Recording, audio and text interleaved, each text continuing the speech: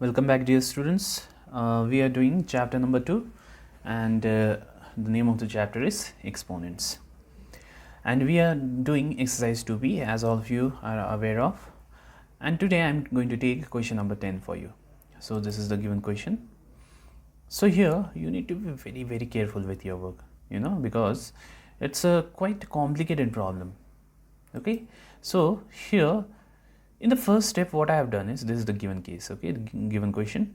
Now if you see here in the power, you have 2n plus 1 into 2n minus 1, which looks somewhat like a plus b into a minus b, and all of you know that a plus b into a minus b is a square minus b square, okay, where a is 2n and b is 1. So that's what I have done here. Now others, if you see here, we don't have any problem with this. Instead, we can open up the bracket by multiplication. For example, n into 4n is 4n square minus n into 1 is n. Okay, and here what you can do is you can apply the third law, which says multiply the powers. So you get 2 into 2n is 4n. Okay, first you just multiply. Okay, so 2 into 2n plus 3. That's what I have written here. Okay, so this is kept as it is. So this is 2n whole square is 4n square minus 1 square is 1 itself. So this is as it is. Now 2 into 2 is 4n plus 2 into 3 is 6. Okay.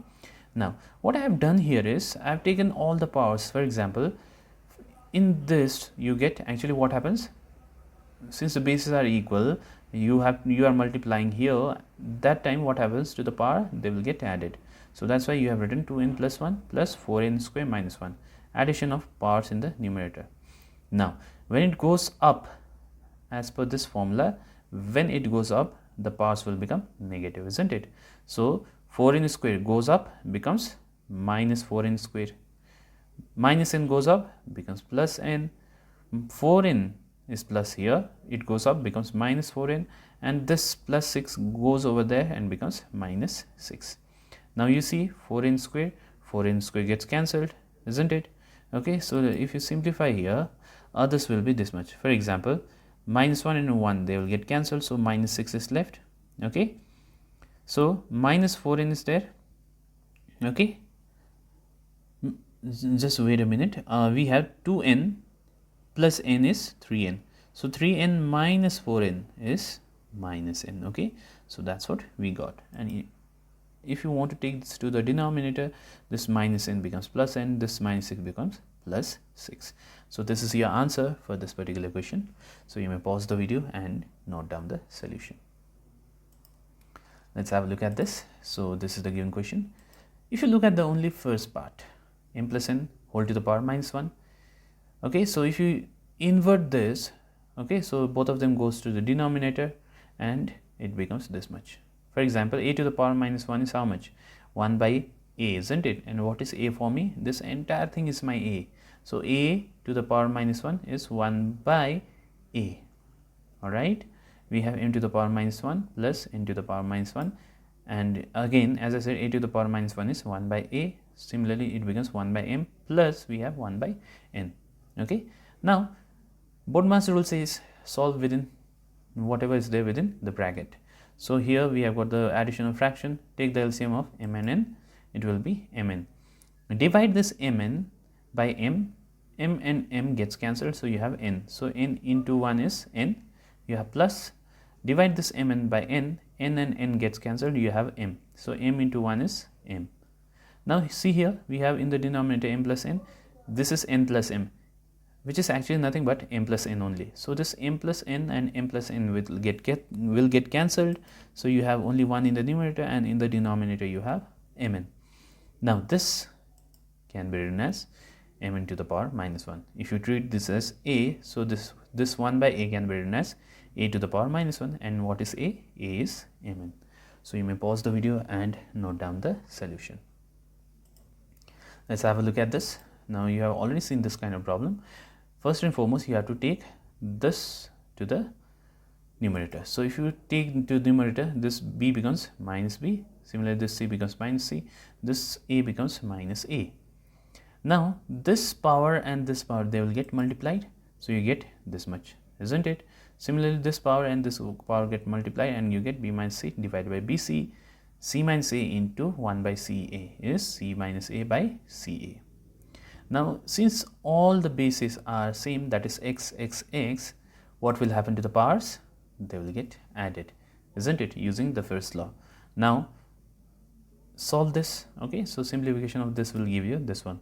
For example, the LCM of AB, BC and CA will be ABC. Divide ABC by AB. AB and AB gets cancelled, so you have C. C into A is AC, minus is there, B into C is BC. Similarly, the same thing happens with others. Kindly check. Now, let's see what are the things getting cancelled. For example, minus AC plus AC, they gets cancelled. Minus BC plus BC gets cancelled. Plus AB minus AB gets cancelled. So, in the numerator we have 0. Yes. So, 0 divided by any number is 0. So, basically the whole power is going to be 0. And as per this formula, the fourth one, x to the power 0 is 1. So, that's what we wanted to show. So, you may pause the video and note down the solution. Let's have a look at this now. So, this is given to us.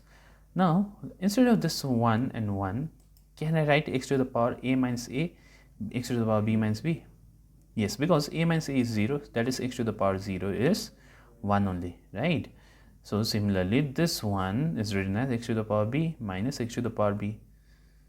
X to the power b minus b, because minus b minus b, b minus b is 0. So, x to the power 0 is 1. Okay. Now, can I write this using the first law? M plus n is written as a to the power m into a to the power n. So, this is also written in the same way, x to the power a into x to the power minus a. Similarly, this is also written in the same way and others are also written in the same way. Now, if you see here what is common, I see that x to the power a is common because x to the power a is here also and here also. So, let me take x to the power a common. So, you have x to the power minus a plus here you have x to the power minus b. Now, here also I am taking x to the power b common. So, here we have x to the power minus b and from here it is x to the power minus a.